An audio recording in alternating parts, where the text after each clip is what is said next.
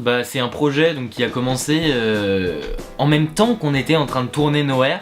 Donc avec Leïla en fait, donc on avait eu une idée et en fait peu à peu donc on a un peu mis de côté le projet jusqu'à peu près mai où j'ai décidé que Camille jouerait le rôle principal et où on a commencé à se mettre vraiment dans la construction, dans la mise en place de ce projet qui au début donc s'appelait Les Couleurs du Silence. Alors, je suis vraiment rentrée dedans quand j'ai appris que je jouerais le premier rôle parce qu'au début c'était qu'une esquisse en fait de Lucien qui a exprimé son envie de faire un moyen métrage.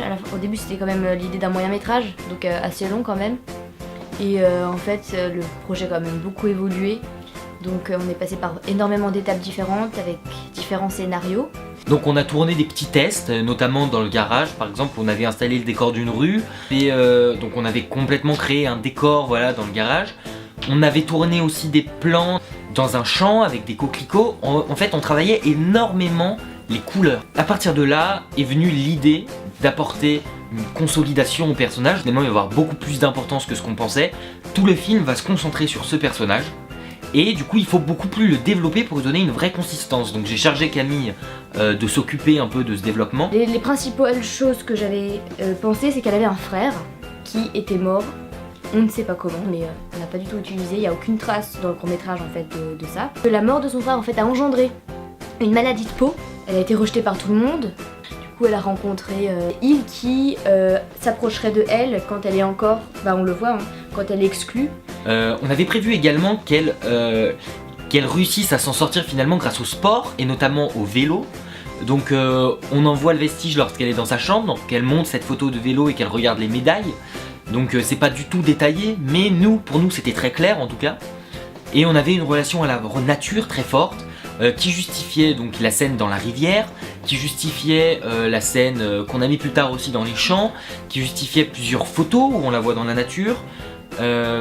Et qui justifiait finalement cette rencontre avec Il à Marseille parce qu'elle était censée rencontrer Il à Marseille. Donc on avait tourné un flashback qui était censé montrer cette rencontre.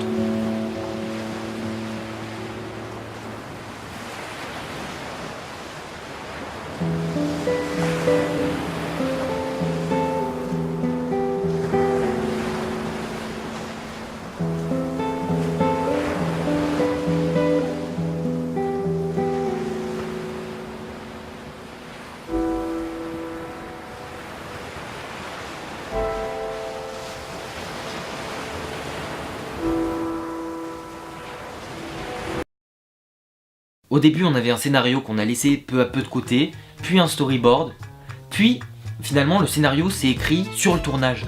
C'est-à-dire que Camille avait développé son personnage et il y a beaucoup de scènes qu'on a tournées un peu sur une idée comme ça, on voyait le décor et on s'est dit on tourne cette scène là, on la tourne comme ça.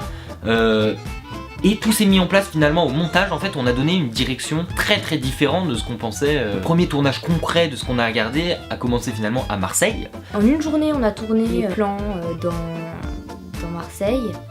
Il y avait beaucoup de monde donc on a eu du mal à trouver cette petite niche un peu très en hauteur. Genre elle se balade comme ça toute seule dans la nature dans le film. Ouais, non elle va à un endroit précis. Un endroit en lien avec ses souvenirs. Donc c'est le dernier jour de tournage à Marseille. Et les derniers plans justement où elle rejoint les calanques. On a eu donc on a eu cette journée de tournage dans la chambre de Camille et le lendemain on s'est levé à 4h du matin, on a rejoint Leïla, on a tourné... On a tourné la scène du banc. On adore et... Ça filme à 5h du matin. C'est Camille qui va filmer. Et du coup il faisait super méga froid, après on a dû partir au cimetière de Loyasse. Et au cimetière on est arrivé beaucoup trop tôt, du coup on a dû attendre 1 heure l'ouverture du cimetière à peu près je crois. Ça chauffe, ça chauffe? Ça chauffe. Ah, moi j'en fais un deuxième. Tu fais un making-of là? Ouais. Pour le making-of ça? Ouais. On se caille. Tout le tournage s'est déroulé d'une manière où j'avais des plans très précis, c'est-à-dire que c'était extrêmement storyboardé, sauf la scène sous les arches où A rencontre elle, où j'ai décidé finalement de la faire jouer en improvisation, où j'ai dit à Leïla et Camille, jouez là, de la manière dont ça vient. Il fait froid toujours. Leïla qui roule une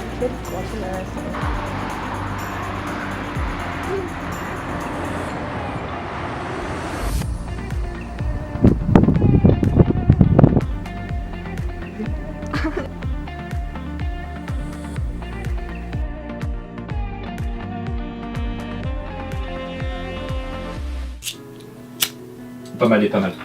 Une barre après 219. Ok.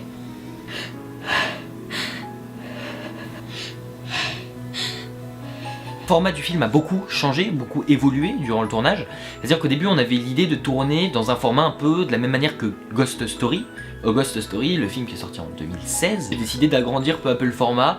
Donc c'était ni du 4 tiers ni du 7/9, c'était un peu entre les deux. Et ça nous a donné un format qui rappelait beaucoup les cases de BD finalement, mais aussi le format des photos. Donc c'était à double sens un peu. Après tout ce travail passé sur les couleurs, à travailler sur les... même sur la manière dont les couleurs pourraient s'agencer entre elles, c'est que je me suis rendu compte aussi que le noir et blanc ajoutait une portée intimiste. C'est-à-dire que le noir et blanc renforce cet aspect mélancolique finalement qui traverse le court-métrage et renforce la concentration sur le personnage et sur les regards. Ce qu'on n'a pas du tout avec les couleurs ou quand on a des couleurs très bleues, machin, l'attention, le regard ne se concentre pas sur les mêmes choses. Et le noir et blanc recentrait finalement l'attention du spectateur sur les yeux, sur le regard. Ouais.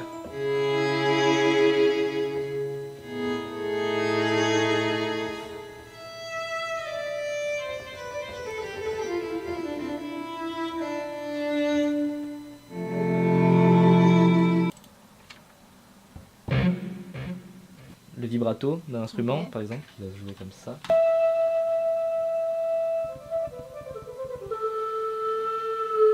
L'exercice, c'est ça l'exercice.